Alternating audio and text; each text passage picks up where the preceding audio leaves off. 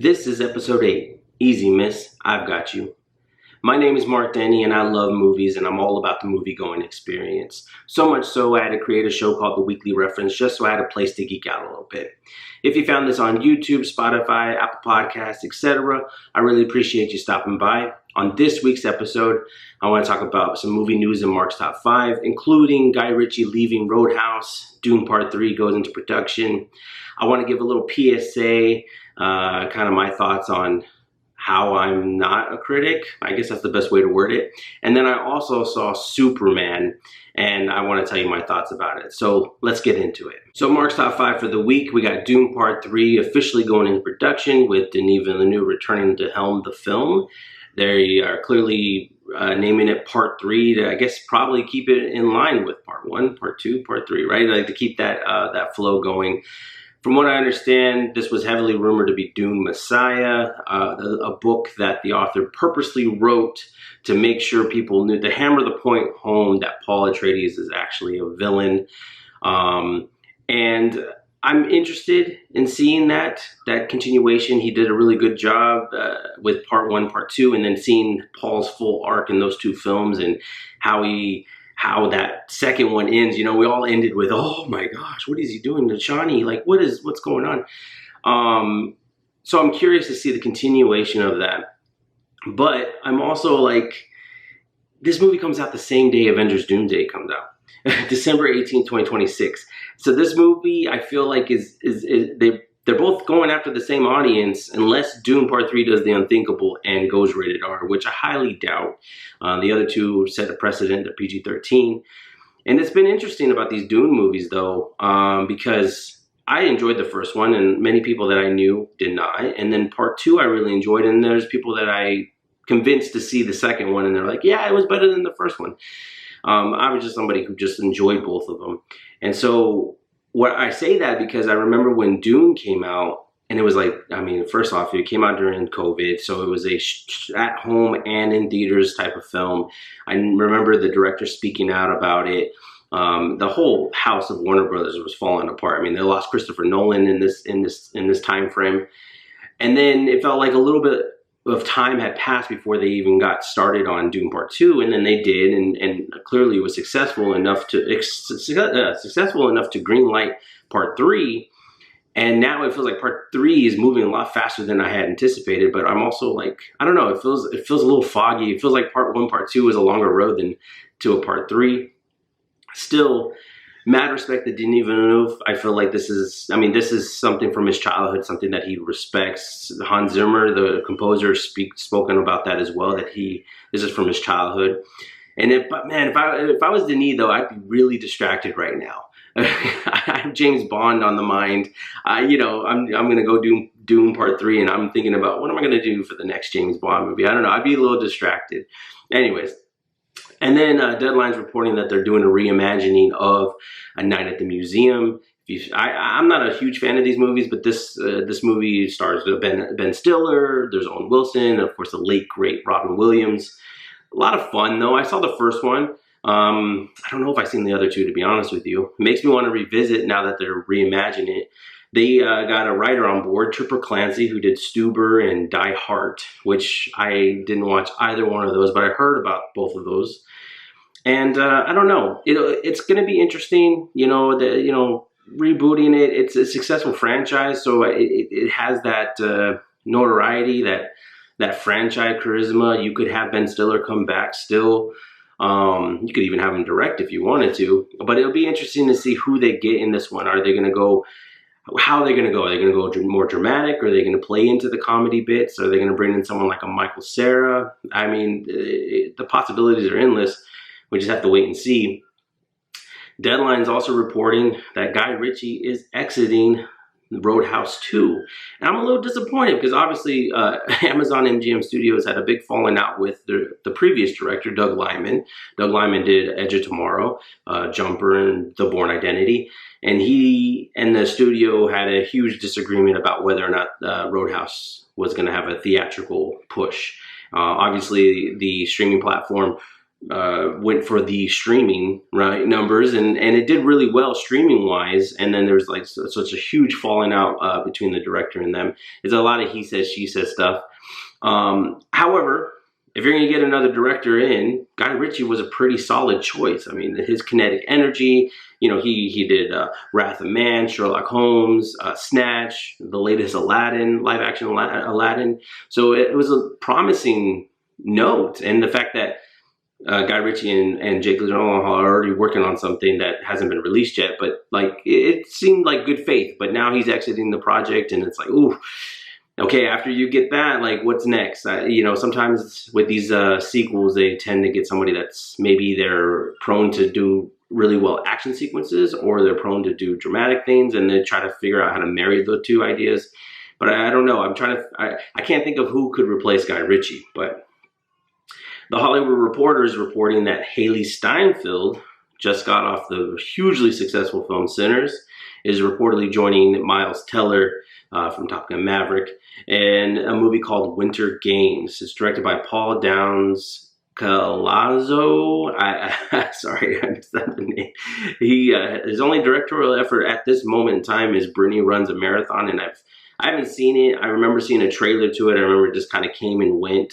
But Haley Steinfeld, Miles Teller, I think that's a really good combination. Haley Steinfeld has charisma for days. Miles Teller, man, he was been the talk of the town since 2022 at my house. I tell you that much. Gosh. Anyways, but it'll be interesting. It's a romantic comedy. I think the last time I saw a romantic comedy with Miles Teller, it was that movie Two Night Stand, which, if I'm not mistaken, when I saw it, it was a likable film. Like, I think I had a good time with it, but I've only seen it that one time. But it'd be kind of cool to see these two team up.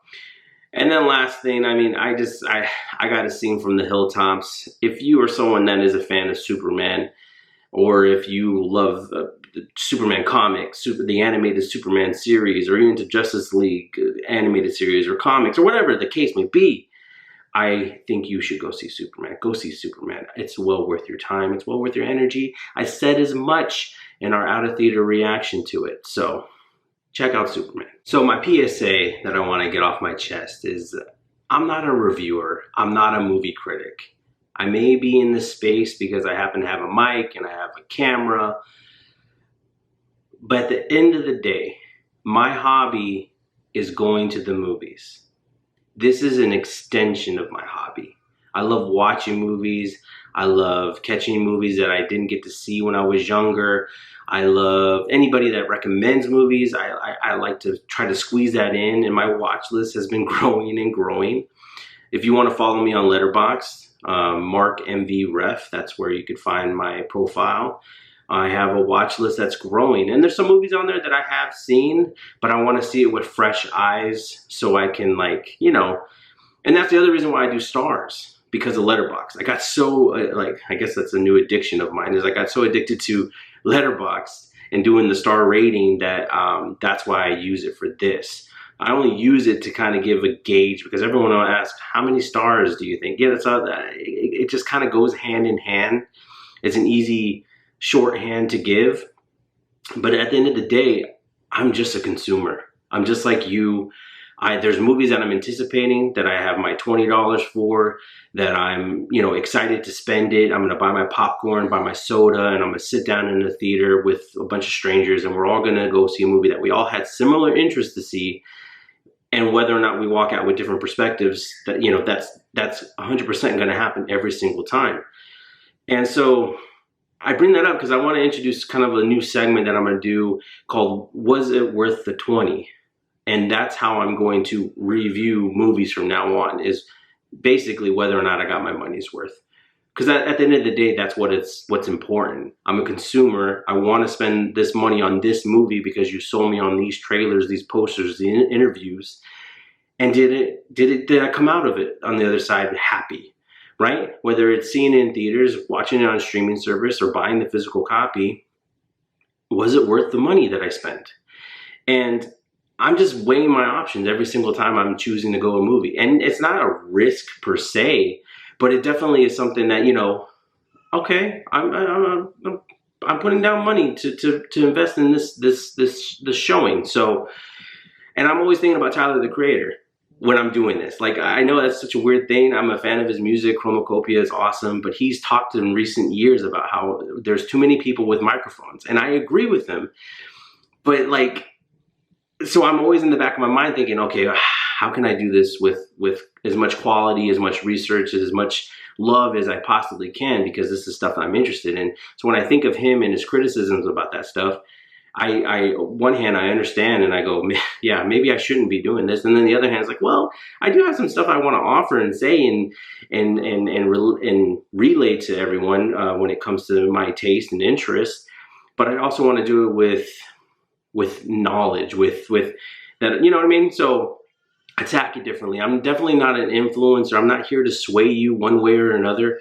I'm just here to talk about the things that I enjoy the most, which are movies. So I just wanted to clear the air. Like I said, I have no idea what this is going to evolve into. You know, we might blink one day and it becomes something different. I don't know. Maybe I do end up taking a more hardened path of being a movie critic. But I love movies, and I'm going to share my thoughts on them. And I love news and casting news, and, you know, finding out what directors are going to work on next. Or I love talking about musical scores and all that stuff. So, you know what I mean? Like I just said, I'm just here to spread the love of my interest through this show, The Weekly Reference. Superman, starring David Corenswet, Rachel Brosnahan, and Nicholas Hoult, directed by James Gunn. And I have nothing but positive things to say about this movie. Listen, I did an out-of-theater reaction with my friend David, and Denise was behind the camera. She also really enjoyed it. She didn't say anything in the video, but David and I got to share our out-of-the-theater reaction. You know, a couple years ago, we did a podcast episode talking about James Gunn's announcement video of Gods and Monsters, and almost thinking impossible. Like, there's no way that Superman's going to make this release date that they have on the calendar. And there we are, getting to see the movie early, you know, because of Amazon's early screening access on July 8th. And we walked out happy. We walked out like, yes, this is what we wanted. We didn't know this is what we wanted, but James Gunn still delivered what we wanted. You know what I mean? And so in terms of, was it worth the 20? Yeah, absolutely it was. You know, we get dropped down into this world, this comic booky world, and we get to have fun for 2 hours in this world that's Superman. It's not an origin story. You know what I mean? Like, instead of us going with the character, you know, having that character represent the audience and going through this world of, you know, him learning his powers and meeting all these unique people that are important in the comics, and we just go, oh, wow, there's so-and-so. We're dropped into this world almost like a day in the life and being like, well, there's Superman, there's Lois Lane, and we get to, and it feels overwhelming, of course, because there's so many characters, but it feels lived and breathed in. It feels like any character could pop up at any moment, and anyone that you're anticipating could be right around the corner. And that's what I really enjoyed about it. The comic booky nature of it all, the feeling like these characters are fully realized, even if they have short screen time, or they've enhanced these characters to a point where it's like, wow, I really love that take, and I really love who they cast for that role.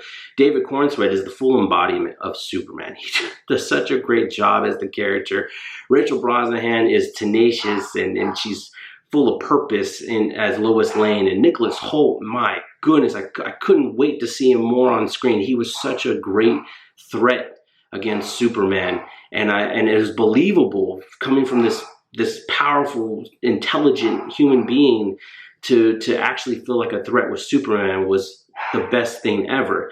And then Eddie Ethegi, sorry, I never heard your last name pronounced.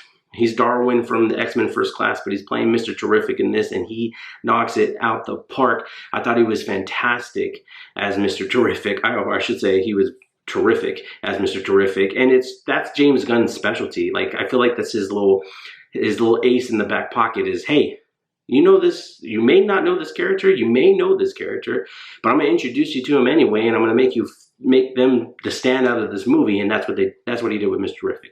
It makes me want to go back and go to like Variant. I love going to Variant for their history ofs and find out more about Mr. Terrific, because I never heard of him before this film.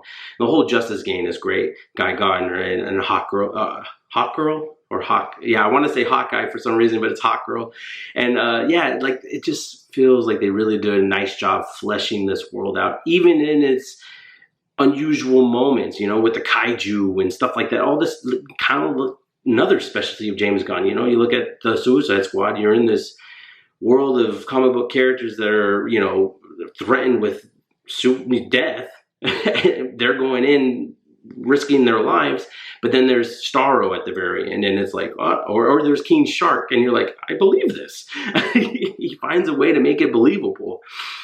And the score from John Murphy and David Fleming was phenomenal. The reimagining of the Superman theme from John Williams was awesome, but it's also a James Gunn score. You get a little bit of rock, you get a little bit of orchestral moments, you get a little bit of genre bending, and I just really enjoyed the score, and I've been listening to that all weekend.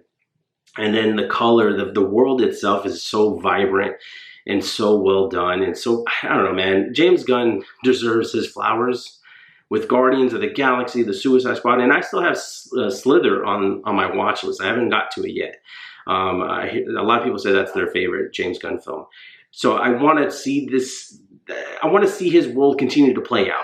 I want to see these characters continue to interact with other DC characters. He definitely made a really enticing and exciting world and world building and extension, and a great foundation to start the DC film universe again. And I'm going to give it a 4.5 out of 5. This movie, I love this movie. It's so much fun. Not all the humor works. Some of the CGI sticks out. There's a specific part in the movie where it's like, yeah, it looks cool, but then when you interact with it, it's not as cool. And yeah, but was it worth the 20? Yes, I plan on seeing this again. I can't wait for it to come physically. It's probably going to come out in December, probably. But yeah, because I'm a punk rocker. Yes, I am. That's my new favorite song. So check it out if you're interested in it. That's it for this week. Like, subscribe, comment to say hi. Leave a comment of anything that I said in Mark's Top 5. And also, please share your thoughts for Superman. I know we're past the weekend. Please share your thoughts for Superman. I would love to read them. Until next week, you've got me? Who's got you?